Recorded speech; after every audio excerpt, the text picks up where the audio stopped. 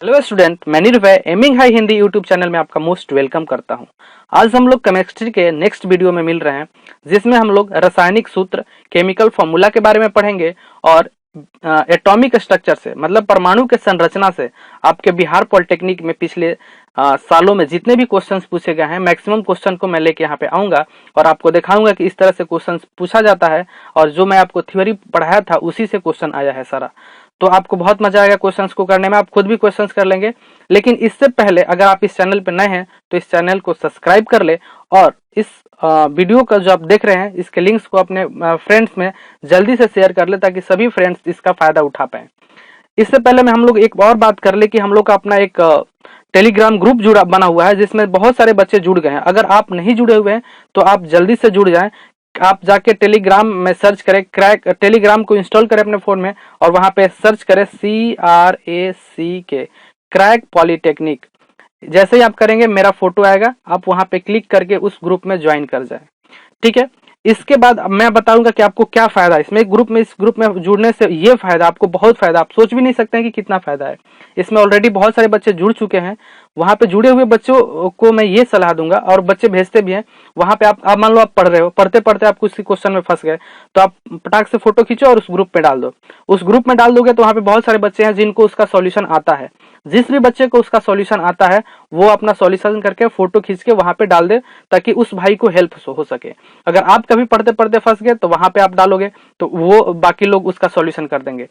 अगर इन सारे क्वेश्चंस में मुझे लगेगा कि ये क्वेश्चन अच्छा है तो मैं भी उस क्वेश्चंस का 2-3 दिन का क्वेश्चन मिला के एक क्वेश्चंस का सीरीज लेके उसका सॉल्यूशन कर दूंगा ताकि आपका कंफ्यूजन दूर हो जाए। ठीक है, तो आप फटाफट से जुड़ जाओ। और उसका फायदा क्या है, मैं कोई भी वीडियो डालता हूं तो सबसे पहले आपको पता चल जाता है कि ये वीडियो आएगा।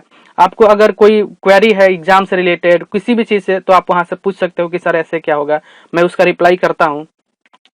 तो आप फटाफट से जुड़ जाओ देर न करते हुए टेलीग्राम ग्रुप में। चलिए नेक्स्ट अब वीडियो को शुरू करते हैं।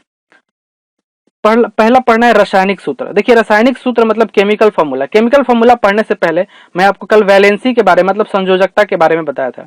वैलेंसी के बारे में यह बताया था कि आप किसी भी एटम का इलेक्ट्रॉनिक कॉन्फ़िगरेशन लिखो, किसी भी परमाणु का इलेक्ट्रॉनिक कॉन्फ़िगरेशन लिखो कि किस सेल में कितना इलेक्ट्रॉन रहेगा और जो बाहरी सेल में इलेक्ट्रॉन बच जाएगा उसको अपना ऑक्टेट कंप्लीट करने के लिए मतलब अपना अष्टक पूरा करने के लिए कितने इलेक्ट्रॉन को लेना या देना है, कितने इलेक्ट्रॉन को लूज करना है या गेन करना है, वो उसका वैलेंसी बताता है संयोजकता। जितने इलेक्ट्रॉन को लूज करना है या जितने इलेक्ट्रॉन को गेन करना है वो उसका वैलेंसी होता है। और बाहरी सेल में जितना इलेक्ट्रॉन होता है उसको वैलेंस इलेक्ट्रॉन पढ़े थे। तो यहीं से आपको अगर वैलेंसी आता है तो आप केमिकल फॉर्मूला लिखने में कोई प्रॉब्लम नहीं होगा। नहीं आता है तो आप वैलेंसी का मैं चार्ट भी दिया था कल के वीडियो में, आप देखिए और खुद से वैलेंसी आप कम से कम 1 to 20 तक के एटम को खुद से वैलेंसी निकाले और सबका वैलेंसी चेक करें। जो मैं चार्ट प्रोवाइड किया था उसके बगल में सबका वैलेंसी मतलब संयोजकता लिखा था कि आपको वैलेंसी निकालने आता है कि नहीं। चलिए अगर आप वैलेंसी निकालने सीख गए हैं, आप नहीं सीखे हैं तो पिछला वीडियो जाके देखें, वहां पे बताया गया है। अब पढ़ते हैं हम लोग केमिकल फॉर्मूला। केमिकल फॉर्मूला मान लो कि सोडियम क्लोराइड, ये सोडियम क्लोराइड NaCl कैसे लिखा हुआ है, सोडियम क्लोराइड NaCl कैसे लिखा हुआ है। तो सबसे पहले सोडियम का आपको एटॉमिक नंबर, अच्छा 1 to 30 तक एटॉमिक नंबर भी आपको याद कराया था, वो आपको याद होना जरूरी है। जैसे ABCD Z तक याद होना जरूरी है इंग्लिश पढ़ने के लिए, वैसे ही 1 to 30 तक, कम से कम 30 तक, अब मैक्सिमम कितना भी याद कर सकते हो, कम से कम 30 तक 30 तक आपको आना ही चाहिए एटॉमिक नंबर के साथ। आप रट जाओ। क्लोरीन का कितना होता है 17। जब इसका आप इलेक्ट्रॉनिक कॉन्फ़िगरेशन लिखोगे तो बताए थे कि पहला सेल में 2, दूसरा सेल में 8, और क्योंकि दूसरा सेल में 8 से ज्यादा नहीं सकता है, और तीसरा सेल में 8 तो 10 हो गया, तो अब एक ही बच रहा है तो एक इलेक्ट्रॉन यहाँ पे रहेगा। फिर क्लोरीन में आप देखेंगे 2, 8, 7। अब देखिए दोनों का वैलेंसी पता करें। इसके बाहरी सेल में कितना है इलेक्ट्रॉन है, 1 इलेक्ट्रॉन है। अब इसके बाहरी सेल में 1 इलेक्ट्रॉन है तो मैं बताया था कि अगर किसी के बाहरी सेल में 1, 2 और 3 इलेक्ट्रॉन होगा तो उसका इलेक्ट्रॉन अपना लूज करना पड़ेगा, उसको कोई देगा नहीं, क्योंकि उसको लूज करने में फायदा है, अपना इलेक्ट्रॉन गंवाने में फायदा है। तो जब ये कितना इसको अपने जब ये इलेक्ट्रॉन को गंवा देगा तो ये सेल खाली हो जाएगा, तो इस सेल बाहरी सेल की तरह बिहेव करने लगेगा और यहाँ पे 8 इलेक्ट्रॉन हो जाएगा। तो ये सेल क्या हो जाएगा आपका, ये अस्टेबल हो जाएगा। तो आपको क्या करना पड़ेगा, इसको अस्टेबल होने के लिए 1 इलेक्ट्रॉन का लॉस करना पड़ेगा, और जितने इलेक्ट्रॉन का लॉस या गेन करना पड़ता है वही तो उसका वैलेंसी संयोजकता होता है। तो इसका संयोजकता कितना हो गया, 1 हो गया। चलिए अब इसका वैलेंसी देखते हैं। ये क्लोरीन का आउटर मोस्ट सेल में, बाहरी सेल में मतलब बाहरी कक्ष में कितना 7 इलेक्ट्रॉन है। अब इसको क्या करना होगा, 8 होने के लिए या तो 7 देना होगा या तो 1 लेना होगा। तो मैं बताया था जब भी 5 6 7 बाहरी कक्ष में अगर 5 6 7 इलेक्ट्रॉन होंगे तो वो हमेशा किसी ना किसी से इलेक्ट्रॉन लेगा और अपना आपको कंप्लीट करेगा। तो ये 1 इलेक्ट्रॉन का क्या करेगा, गेन करेगा। तो 1 इलेक्ट्रॉन जब लेगा तो यही तो बताया था मैं कि जितना इलेक्ट्रॉन का लूज या गेन करना होता है वही उसका वैलेंसी होता है, वही उसका संयोजकता का होता है। तो इसका संयोजकता कितना होगा, वैलेंसी 1 होगा। तो इसका भी वैलेंसी, तो पहले यहाँ पे Na लिख लेंगे, यहाँ पे क्लोरीन लिख लेंगे जब इन दोनों का केमिकल फॉर्मूला लिखना है मिला के। और इसके नीचे इसका वैलेंसी लिख देंगे तो इसके नीचे इसका वैलेंसी कितना आ गया 1। इसके नीचे इसका वैलेंसी लिख देंगे तो इसका वैलेंसी कितना आ गया 1। और यहाँ पे क्रॉस इसका वैलेंसी इसके नीचे और इसके वैलेंसी इसके नीचे लिख देंगे और जो लास्ट में मिलेगा वहीं पे क्या मिल जाएगा, आपका केमिकल फॉर्मूला मिल जाएगा। तो क्या हो जाएगा Na1Cl1। तो क्या हो जाएगा 1 1 लिखना कोई जरूरी नहीं होता, NaCl। ये हो गया इसका केमिकल फॉर्मूला सोडियम क्लोराइड का।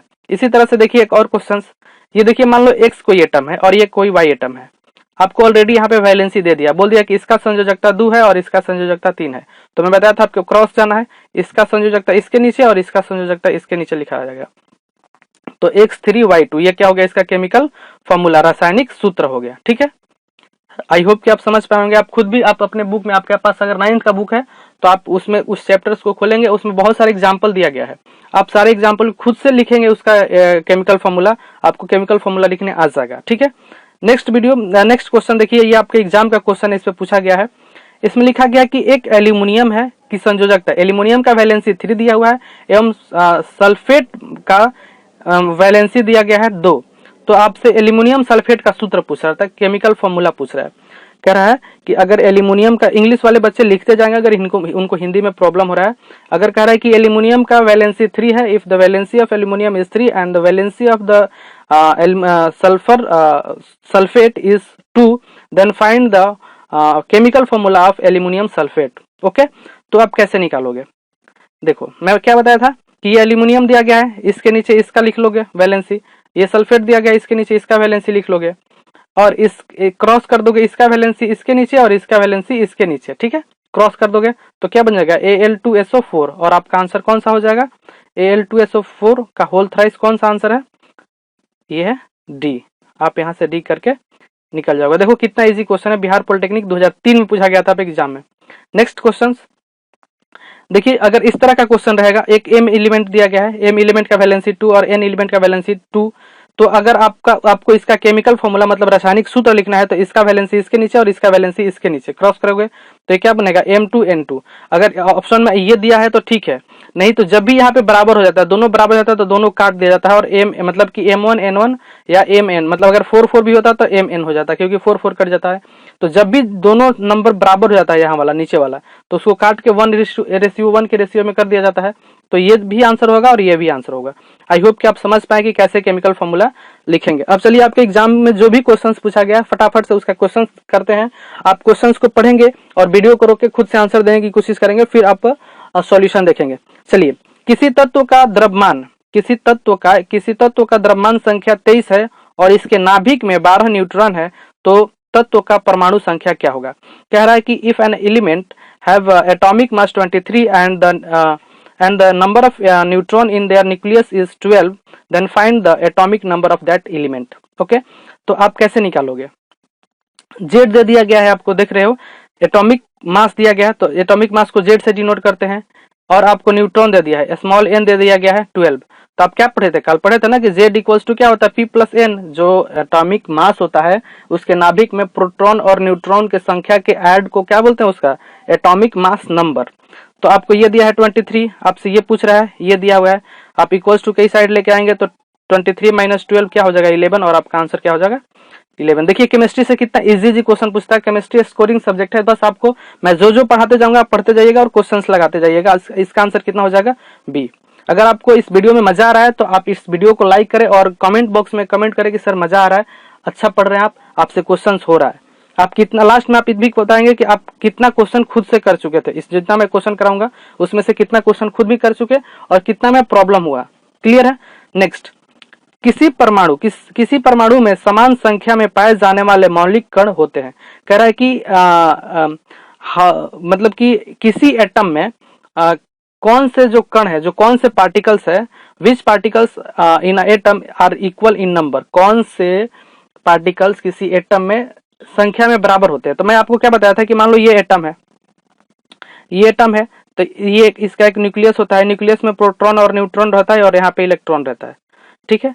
तो मैं बताया था कि इसका परमाणु संख्या मतलब एटॉमिक नंबर इक्वल्स टू क्या होता है, सॉरी इसमें जितना भी प्रोटॉन होता है वो उसका एटॉमिक नंबर के बराबर होता है। और अगर ये एटम न्यूट्रल है, पहले तो ये बता देता हूं कि कोई भी एटम अगर एटम जो होता है वो न्यूट्रल होता है। न्यूट्रल कहने का ये मतलब होता है कि उस पर कोई चार्ज नहीं होता। कैसे, ये मान लो कोई एटम है, ठीक है, इसके आप इस बात को समझिएगा बढ़िया से। यहाँ पे प्रोटॉन है और यहाँ पे न्यूट्रॉन है। प्रोटॉन पे पॉजिटिव चार्ज होता है, न्यूट्रॉन पे तो कोई चार्ज नहीं होता, और इलेक्ट्रॉन इधर रहता है, इलेक्ट्रॉन पे क्या होता है, नेगेटिव चार्ज होता है। तो न्यूट्रल कहने का मतलब ये है कि पॉजिटिव चार्ज और नेगेटिव चार्ज मिला के 0 हो जाए। तो किसी भी एटम में जितना प्रोटॉन होता है उतना ही इलेक्ट्रॉन होता है। क्या होता है, जितना प्रोटॉन होता है उतना ही इलेक्ट्रॉन होता है। अब मान लो इसमें 10 प्रोटॉन है और 10 प्रोटॉन है, तो उस पर 10 पॉजिटिव चार्ज होगा, और उतना ही क्या होगा, इलेक्ट्रॉन होगा, 10 इलेक्ट्रॉन होगा, तो इस पे क्या होगा, नेगेटिव चार्ज होगा। तो 10 पॉजिटिव प्लस 10 नेगेटिव कट कुट के क्या हो जाएगा, 0 चार्ज हो जाएगा। एक न्यूट्रॉन है तो न्यूट्रॉन में भी तो 0 ही चार्ज है। तो ये टोटल अगर इस पे देखा जाए, एटम पे, टोटल एटम पे देखा जाए, तो ये टोटल एटम पे कोई चार्ज नहीं है, क्योंकि जितना प्रोटॉन है उतना ही न्यूट्रॉन है, मतलब जितना पॉजिटिव है उतना ही नेगेटिव है। तो टोटल मिला के क्या होता है, पॉजिटिव नेगेटिव करके 0। तो ये एटम क्या होता है, न्यूट्रल होता है, मतलब कि निष्क्रिय होता है। टोटल एटम न्यूट्रल होता है। तो वही आपसे पूछ रहा है कि अगर किसी एटम में कौन कौन सा चीज समान होता है, तो प्रोटॉन और न्यूट्रॉन नहीं, प्रोटॉन और न्यूट्रॉन तो समान नहीं होता है। चलो, न्यूट्रॉन और इलेक्ट्रॉन ये भी समान नहीं होता है, प्रोटॉन न्यूट्रॉन और इलेक्ट्रॉन ये भी समान नहीं होता है। किसी भी एटम में अगर एटम वो है न्यूट्रल है, यहाँ पे न्यूट्रल देना चाहिए था उसको, अगर एटम न्यूट्रल है तो उसमें प्रोटॉन और इलेक्ट्रॉन की संख्या बराबर होगा। लेकिन अब देखो मैं आपको समझा दे रहा हूँ यहाँ पे एक अंतर। अगर सोडियम एटम दिया गया है, ऐसे दिया गया है, तो ये न्यूट्रल है, इसमें प्रोटॉन और इलेक्ट्रॉन मतलब प्रोटॉन इक्वल्स टू इलेक्ट्रॉन हो गए। लेकिन यहाँ पे सोडियम प्लस दिया गया है 1, इसमें प्रोटॉन इक्वल्स टू न्यूट्रॉन नहीं होगा। क्यों, आपको पता है कि ये 1 चार्ज जो आया था, कल मैं बताया था, ये 1 चार्ज क्यों आया उसके ऊपर, क्योंकि ये अपना एक इलेक्ट्रॉन को लूज कर दिया होगा। इसमें पहले से 11 इलेक्ट्रॉन होगा, लेकिन एक इलेक्ट्रॉन को लूज करके कितना बन गया, ये 10 इलेक्ट्रॉन बन गया था। अब इसके पास प्रोटॉन तो 11 है, क्योंकि प्रोटॉन का लूज नहीं होता, लेकिन इलेक्ट्रॉन एक लूज कर दिया, इलेक्ट्रॉन 10 है, तो इसलिए यहाँ पे प्रोटॉन इक्वल्स टू इलेक्ट्रॉन नहीं होगा। तो ये आप ध्यान में रखेंगे कि अगर ऐसा दिया हुआ है, अगर ऐसा दिया हुआ है Nm, इसके ऊपर कोई चार्ज नहीं है, तो Na मतलब Na ही सिर्फ सोडियम की नहीं, मतलब कोई भी एलिमेंट, तो ये इसमें प्रोटॉन और इलेक्ट्रॉन की संख्या बराबर होगी। लेकिन यहाँ पे Na प्लस या Na माइनस या Na प्लस 2 Na प्लस 3 या Na माइनस 3 दिया गया है, तो इस पे प्रोटॉन इक्वल टू इलेक्ट्रॉन नहीं होगा। क्लियर है, आई होप कि आप समझ पाए होंगे। तो इसमें proton equals to electron equals to atomic number. अब नेक्स्ट कह रहा है कि देखिए ये क्वेश्चन जो है आप देखेंगे, ये क्वेश्चन 2 बार पूछ लिया गया। बिहार पॉलिटेक्निक 2003 में भी पूछा गया और बिहार पॉलिटेक्निक 2001 में भी पूछ गया। सेम क्वेश्चन एकदम हूबहू ऑप्शन सहित उठा के 2001 में और 2003 में पूछ लिया गया। तो आप इस बात को ध्यान देंगे, क्वेश्चंस रिपीट भी होते हैं, लेकिन आप कॉन्सेप्ट पे ध्यान देंगे कि कॉन्सेप्ट क्या है। कह रहा है कि एक तत्व A की परमाणु संख्या 13 है, इसमें संयोजी इलेक्ट्रॉन की संख्या क्या होगा। कह रहा है कि an element A have atomic number 13, तो how many valence electron of that element. कह रहा है कि इस एलिमेंट का वैलेंस इलेक्ट्रॉन कितना होगा। तो देखिए मैं आपको कल वैलेंस इलेक्ट्रॉन मतलब वैलेंस इलेक्ट्रॉन पूछा है आपसे, संयोजी इलेक्ट्रॉन पूछा है, सॉरी इसमें आपसे संयोजी इलेक्ट्रॉन पूछा है। तो मैं आपको क्या बताया था कि संयोजी इलेक्ट्रॉन क्या होता है, जो आप इसका इलेक्ट्रॉनिक कॉन्फ़िगरेशन लिखोगे, इसके बाहरी सेल में बाहरी आउटर सेल में जितना इलेक्ट्रॉन होगा वही उसका क्या होता है, संयोजी इलेक्ट्रॉन होगा। तो इसमें इसका जब 13 का लिखोगे तो 2, 8 और 3, तो 3, अगर आप ये वीडियो नहीं देखें जाके पहले देख लीजिए कैसे इसको लिखते हैं। पहला सेल में मैक्सिमम 2 इलेक्ट्रॉन रख सकता है, दूसरा सेल में 8 रख सकता है, तीसरा सेल में तो 18 रख सकता है, लेकिन अपने पास तो 3 ही बच रहा है, तो 3 ही रखेंगे इसको। तो ये बाहरी सेल में कितना हो गया, 3 इलेक्ट्रॉन, और ये आपका आंसर क्या हो गया, 20 बी आपका। देखिए ये बिहार पॉलिटेक्निक 2003 में ये क्वेश्चन पूछा गया है। ठीक है, नेक्स्ट क्वेश्चन कह रहा है कि विभिन्न तत्व में प्रोटॉन की संख्या निम्न है, तो कौन सा धातु है। कह रहा है कि डिफरेंट आपको एलिमेंट दिया गया है, सब में ये सबके प्रोटॉन की संख्या दिया गया है, डिफरेंट एलिमेंट के प्रोटॉन की संख्या दिया गया है। तो इसमें से पूछ रहा है कि कौन सा मेटल है। ये मान लो एक प्रोटॉन संख्या 12 है, प्रोटॉन संख्या 6 है, प्रोटॉन संख्या 15 है और प्रोटॉन संख्या 12 है। तो इसमें से पूछ रहा है आपसे कि कौन सा जो है वो है मेटल है। तो मैं आपको बता दूं कि वैसे इलेक्ट्रॉन, वैसे एटम जिसका परमाणु मतलब कि जिसका आप इलेक्ट्रॉनिक कॉन्फ़िगरेशन लिखते हो और उसमें संयोजी उसका वैलेंसी 1 2 3 अगर आता है, वैसे एटम जिसका वैलेंसी जनरली 1 2 3, मेरे वर्ड्स में ध्यान देंगे, जनरली सामान्यतः ऐसा ही होता है, जिसके वैलेंस इलेक्ट्रॉन 1 2 3 होता है वो मेटल होता है। क्लियर है? तो सबका वैलेंस इलेक्ट्रॉन चेक कर लेते हैं, जिसका 1 2 3 के बीच में होगा, या 1 होगा या 2 होगा या 3 होगा, तो उसको मेटल बोल देंगे, धातु बोल देंगे। देखिए ये 17 वाले का जब आप लिखेंगे तो 2 8 7, ठीक है। 6 वाले का लिखेंगे तो 2 और 4, क्योंकि 2 और 4 6 हो गया। इसमें कितना 8 तो 10 7 17, पहला में दूसरा में, पहला में 2, दूसरा में 8 और तीसरा में 7। 15 वाले को लिखेंगे तो 2 8 5, और 12 वाले को लिखेंगे तो 2 8 2। अब देखिए इसमें कितना वैलेंस इलेक्ट्रॉन है, 7 है। इसमें वैलेंस इलेक्ट्रॉन कितना है, 4 है। इसमें वैलेंस इलेक्ट्रॉन कितना है, 5 है। और इसमें कितना है, 2 है। तो मैं क्या बताया, जिसका वैलेंस इलेक्ट्रॉन मतलब संयोजकता 1 2 3 होता है वो जनरली क्या होता है, मेटल होता है। चलिए नेक्स्ट क्वेश्चन, ये दिया गया है आपके एग्जाम का ही क्वेश्चन है, वो भी आपके एग्जाम का क्वेश्चन था। इस तरह से दे दिया गया कि यूरेनियम यहाँ पे 92 लिख दिया गया, यहाँ पे 238 लिख दिया गया, में प्रोटॉन और न्यूट्रॉन की संख्या पूछ रहा है। इसमें how many proton and neutron पूछ रहा है, ठीक है।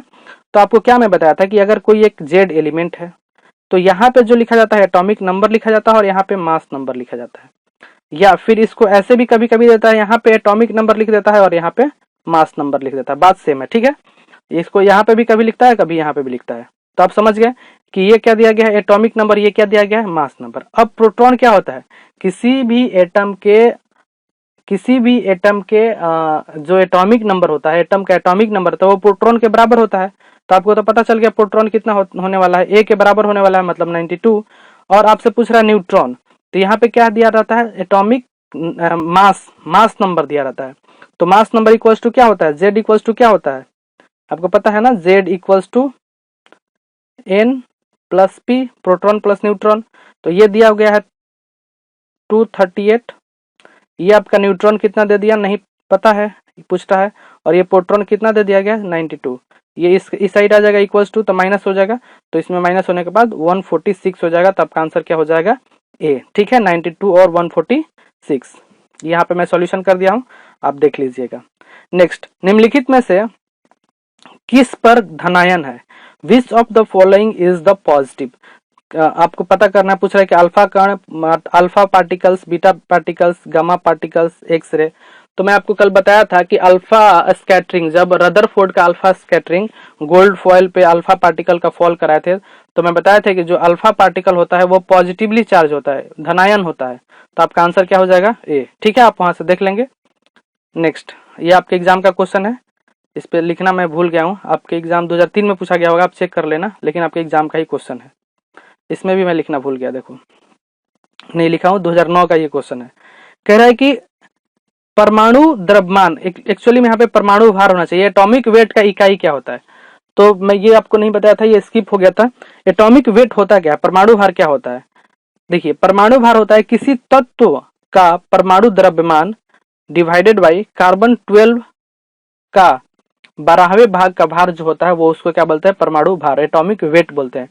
Atomic mass of an element, किसी भी एलिमेंट, अगर आपको मान लो सोडियम का परमाणु भार पूछ रहा है तो सोडियम का एटॉमिक मास आप यहाँ पे लिख लोगे, divided by weight of carbon 12, यहाँ पे कार्बन 12 का यहाँ पे वेट लिख लोगे।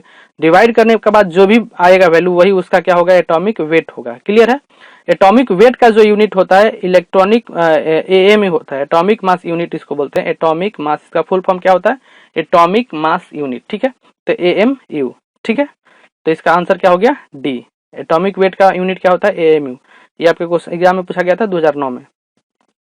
नेक्स्ट, कह रहा है कि इलेक्ट्रॉन विन्यास में तीसरे कोष में रहने वाले इलेक्ट्रॉन का अधिकतम संख्या क्या होगा। कह रहा है कि इलेक्ट्रॉनिक कॉन्फ़िगरेशन के तीसरे सेल में रहने वाले इलेक्ट्रॉन का मैक्सिमम नंबर कितना होगा, ठीक है। तो मैं आपको कल बताया था कि किसी भी बोरबरी स्कीम के थ्रू कि किसी भी एटम के किसी सेल में कितना मैक्सिमम इलेक्ट्रॉन रह सकता है। के सेल पढ़े थे, एल सेल पढ़े थे, एम सेल पढ़े थे और एन सेल पढ़े थे। तो किस सेल में कितना इलेक्ट्रॉन रह सकता है मैं आपको बताया था। इसके लिए क्या होता है, 2n²। इसको पहला सेल बोलते थे, इसका दूसरा सेल और इसको तीसरा सेल। तो इसको यहाँ पे n का वैल्यू 3 रख देंगे तो इसमें कितना इलेक्ट्रॉन होगा वो पता चल जाएगा। तो 2n² क्या हो जाएगा, 2 × 3 का स्क्वायर। तो 3 का स्क्वायर कितना होता है 9 × 2 कितना हो जाएगा 18। ठीक है, आपका देखिए ये क्वेश्चन मैं आपको कल कराया भी था, ये डायरेक्ट क्वेश्चन आपके सी, आंसर क्या हो जाएगा सी। यहाँ पे दिया गया कि कार्बन 6 और 13 ऐसे लिखा गया है, तो इसमें इलेक्ट्रॉन और न्यूट्रॉन का क्वेश्चन संख्या पूछ रहा है। जस्ट अभी किए थे हम लोग यूरेनियम वाला, सेम उसी तरह है। इस क्वेश्चन का आंसर आप कमेंट बॉक्स में कमेंट करेंगे, और जिन बच्चों को नहीं समझ में आएगा वो भी कमेंट करेंगे कि सर आप इसका क्या आंसर होगा। ठीक है, मैं इसको नेक्स्ट वीडियो में इसका आंसर डिस्कस कर दूंगा, या इसमें डिस्कस करने वाला कुछ है ही नहीं। ठीक है, आप टेलीग्राम पे भी पूछ सकते हैं कि सर इसका आंसर सही है ना। निम्नलिखित में से किसके नाभिक में कोई न्यूट्रॉन नहीं होता है। अब इसमें पूछ रहा है कि इसमें से किसके न्यूक्लियस में, in which of the following nucleus have no neutron, किसका न्यूक्लियस में कोई न्यूट्रॉन नहीं है। तो आप क्या करेंगे, आपको क्या बताए थे हम कि कोई भी एलिमेंट एक्स है, इसमें यहाँ पे ए और यहाँ पे जेड लिखा जाता है, यहाँ पे एटॉमिक नंबर, यहाँ पे एटॉमिक मास नंबर। ठीक है, यहाँ पे एटॉमिक मास और यहाँ पे एटॉमिक नंबर, तो ऐसे ऐसे लिखा गया है। तो आपको क्या और क्या बताया था कि कैसे कैसे पता चलता है। आपसे पूछ रहा है कि न्यूट्रॉन किस में नहीं है, मतलब न्यूट्रॉन का संख्या किस में 0 है। तो आपको क्या पता है, जेड इक्वल्स टू क्या होता है n + p। आपको इसका संख्या पूछ रहा था, n इक्वल्स टू क्या हो जाएगा जेड, ये इधर आके माइनस हो जाएगा -p। अब सबका जेड -p निकाल लो, जिसमें 0 वैल्यू आ जाएगा उसका क्या हो जाएगा, नो न्यूट्रॉन होगा। तो देखिए पहले का निकाले हैं, पहले का तो 1 - 1 कितना हो जाएगा 0, दूसरे में 2 - 1 1, और इसमें 3 - 2 3 - 1 2 हो गया, और इसमें क्या हो जाएगा 1 हो गया। तो देखिए 0 किस में आया 1 पहले में, तो इसमें न्यूट्रॉन का संख्या क्या हो जाएगा 0 हो जाएगा। आई होप कि आप समझ पा रहे होंगे। और हाइड्रोजन ही एक ऐसा एलिमेंट है जिसके पास कोई न्यूट्रॉन नहीं होता है। ये भी आपके एग्जाम में डायरेक्ट क्वेश्चन पूछ लिया जाता है कि कौन सा ऐसा एलिमेंट है जिसमें कोई न्यूट्रॉन नहीं होता है, तो हाइड्रोजन। नेक्स्ट, किसी तत्व का परमाणु संख्या 20 है तो इसकी संयोजकता कितना होगा। पूछ रहा है कि अगर किसी एटम का एटॉमिक नंबर 20 है तो इसका वैलेंसी पूछ रहा है आपसे। आप निकालिए, वैलेंसी निकालने के लिए मैं बताया था कि आप इसका इलेक्ट्रॉनिक कॉन्फ़िगरेशन लिखोगे। देखिए बहुत सारे बच्चे यहाँ पे गलती क्या करेंगे, मैं बता रहा हूँ। सबको पता है कि यहाँ पे ये 20 है, तो पहला सेल में तो आपको तो ये पता होना चाहिए कि के में कितना रहने वाला है, पहला सेल में 2, एल में कितना रहने वाला 8, एम में कितने रहने वाले हैं 18, और एन में कितना रखने वाला है 32। तो यहाँ पे क्या करेगा बच्चा, के सेल में तो 2 डाल देगा, चलो दूसरा में 8 डाल देगा, 2 8 10 हो गया, और तीसरा में यहाँ पे 10 लिख देगा, कहेगा कि अब हो गया ना 20। तो इस तरह का गलती आपको नहीं करना है, लास्ट में 10 नहीं लिखना। जब भी जो भी बीच में आप कुछ भी कर सकते हैं, कितना भी डाल सकते हैं, लेकिन अगर लास्ट आपका आउटर ऑर्बिट है, सबसे बाहरी ऑर्बिट है, तो मैंने आपको बताया था बोर-बरी स्कीम के थ्रू कि ये बाहरी कक्ष में 8 से ज्यादा इलेक्ट्रॉन रह ही नहीं सकता है, तो आप ये गलत कर जाओगे। तो अब आप कैसे करोगे, इसका कैसे करोगे, तो ठीक है आप तो 10 तो करोगे नहीं, तो 20 का कैसे करोगे 2 8, फिर इसमें कितना रहेगा 8, और अब कितना बच जाएगा 2 8 8 16 2 18, और ये 2 आपको ऐसे भी भराता है 2, आपको ये भी याद रख लेंगे 2 8 2 8 18 18 32 ऐसे लिखाता है।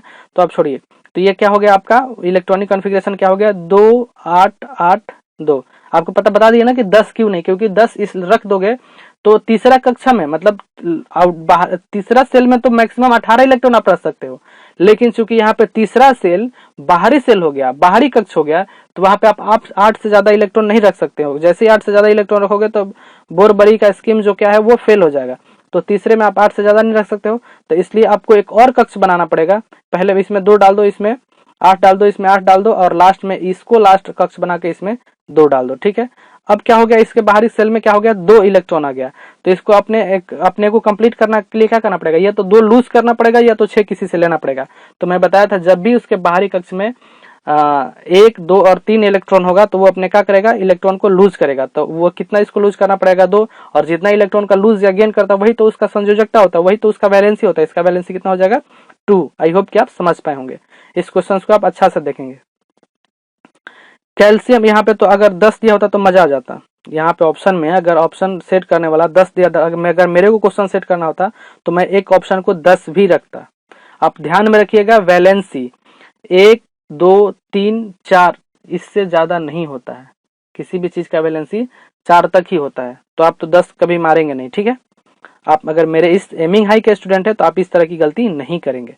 ठीक है, नेक्स्ट, आप लोग वीडियो को शेयर नहीं कर रहे अपने दोस्तों में, क्योंकि बच्चे बहुत कम आ पा रहे हैं। और आप देखेंगे कि दूसरे चैनल पे कुछ नहीं दिया जाता है, बस बकवास किया जाता है, इधर उधर की बातें की जाती है कि क्या पॉलिटेक्निक में होता है ये वो, और वहां पे देखते हैं बच्चे भर भर के जाते हैं। कहीं कहीं पे तो फालतू का क्वेश्चन लगवाया जाता है जो जिस क्वेश्चन का आपके एग्जाम से कोई लेना देना नहीं है।